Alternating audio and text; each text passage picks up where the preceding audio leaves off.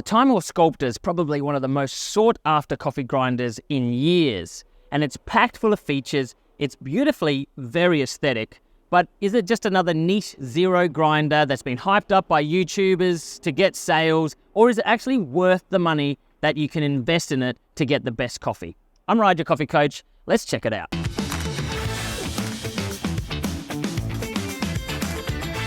So Timemore are actually a Chinese company, and they specialize in accessories for specialty coffee home baristas. And this grinder was actually part of a Kickstarter campaign a couple of years ago with a small goal of about $15,000, and they beat it by, about $5 million, making it one of the biggest historic Kickstarter campaigns ever. Top 50 earners. But why was it so popular? Well, of course, aesthetically, it's very pleasing. It's probably one of the most beautiful machines that I've ever come across, even topping that of the EK43S or some of the other grinders out there, which are just gorgeous. I'm not a huge fan of the niche zero grinder look, but it's definitely, people believe that looks so stunning, and this, I reckon, competes with it and surpasses it by a mile. That's one of the reasons, but the features that they've packed into it are really ones that people at home really want to play around with. There's the RPM that you can adjust, variable RPM dial on the side, a magnetic doser, you have a completely stepless grind dial, there's a fines knocker here, which is really satisfying to use, and it captures all of those unwanted fines out of the coffee distribution that you don't need ending up in your coffee that just clog it up and just muddy up the flavor. Along with that, there's 3 other models as well. So there's a slightly smaller model, and they come in also espresso or all-rounder as their 78S is. There's a 64mm S, and they also have a specific filter grinder version, which is just the 64mm burr size and the 78.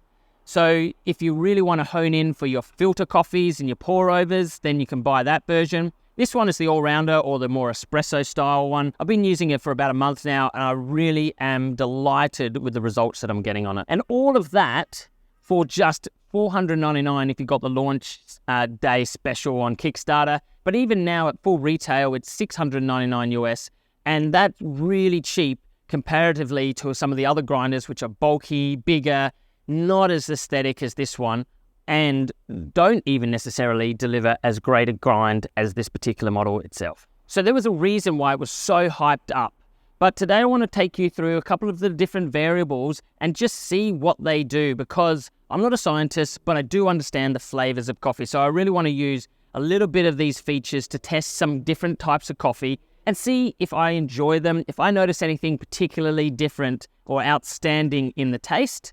But come inside and we'll check this out. We'll go through all the features together, and we'll see what really matters. Okay, so let's talk about the burrs first, because they are a patented, they're called a vortex knife burr. The specific design on the 78S for the all-rounder and espresso means they're designed in a way to get as much contact quickly so that you're not heating the beans with sitting in the chamber and contacting with the burrs, but they're crushing very fast and reducing the amount of unwanted fines or different size grind distribution. And obviously, the goal with any grinder is to get the most even and consistent grind size across the board. So these patented design burrs are supposed to get you the most even distribution of grinds. Because of the vertically aligned burrs, they don't actually hold that much grind retention, which is fantastic. But if that's not enough for you, there's this little guy here, which is called a fines knocker. And this catches any of those really fine bits of particles that often end up in your puck and can clog or create channeling. It catches them here. Once you've got your grinds and puck prep side, you can then use the knocker to just get rid of any excess fines that might be trapped up in here. It obviously does work, but I'm not 100% sure if it's not also balancing out the amount of grind retention, because there is obviously some retention because it's capturing those fines up in here in the fines knocker. So I'm losing about a gram, and I'll show you that. I'm losing about a gram per dose, and not all of that is fines. So it may be a way of not saying we do retention of about 0.5 grams or a gram. It might be actually a way of getting around that. I don't know. It's very, very good. It's very, very satisfying using this knocker. I love the way that the little magnetic holder captures the canister when you need to. And same with the lid. The lid is also brilliant, just how it can fit halfway on there, so you can do a pouring shot, but if you want to, you can just fit it on there. And just, it's really, the way it connects, it's really lovely. It's really well designed. This glass holder here, or this plastic glass looking hopper, is also beautiful. And the way it catches the light makes it look like it's actually glowing from within. And my wife actually thought there was a light inside, and she was like, how do you turn the light on and off in there? I said, no, that's just refracting the light. And this is only available on the 78S and I think the 64S, but it doesn't come on the regular one. There's just more of a solid color, which interesting. Maybe it was a little bit more premium for the 78S, but that is definitely a feature that I think from an aesthetic point of view really matters. All right, so let's talk about the fines knocker, and let's run some coffee through here, and we'll have a look at how much comes out, what goes in, what else is going on. Okay, now the coffee I'm using is this gorgeous Ugandan coffee. It's like strawberry jam, packed full. And if you want to buy some, my company, coffeebeansdelivered.com.au, sells this and ships this worldwide. So if you really want to try some specialty A-grade coffee quality, then jump online and check it out and purchase some. But also, if you like these videos and you want to support the channel, then consider subscribing if you haven't already. Otherwise, just enjoy this video. I hope I do it well. First off, I'm going to start with my recipe that I use on the Synesso MVP Hydra, which is a lovely commercial machine. You can see a video I did on that here. I'm going to do a recipe that we use here in the cafe, which is 22.5 grams. So I'll just pop that in. Boop. There we go. 22.5 grams. And that will give us indication of how much is we getting grind retention and how much is the fines. So I'll pop that in there. The setting I'm using for most of my espresso is somewhere between 0.7 and 0.8, but we'll test it out and see. The RPM wise, I'm going to just leave it at 1200 for now. We can test the other RPMs later. I really love this button. It's very satisfying.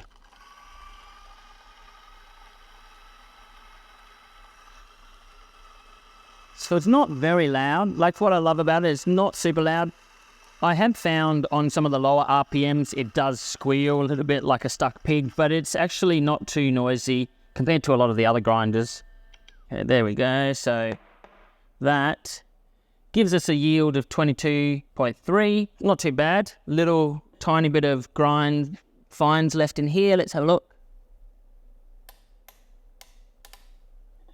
So really, I don't know if you can see inside there, but very little grind. So that's great. So there, that should be pretty even. And if you look at that, that's pretty nice. Look how nicely distributed those grinds are. There's no clumping, no big broken beans or anything like that. So really happy with that grind. Now let's run it through and see how it tastes.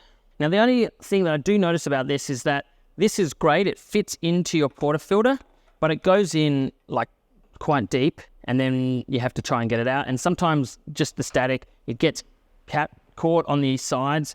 So it's a little bit frustrating. I really would have liked maybe a lip like this to help it, just so you can get it on there. And then you can tap it, you can knock it a little bit like that, get those grinds out.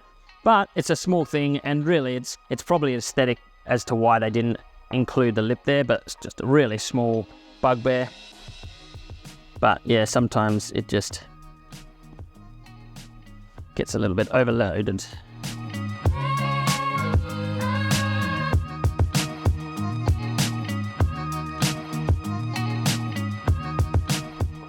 Let's test it out. I'm aiming to get between 45 grams out, maybe a little bit more, in about that 27 to 30 seconds. And we'll have a look at what the flow rate is as well. There we go.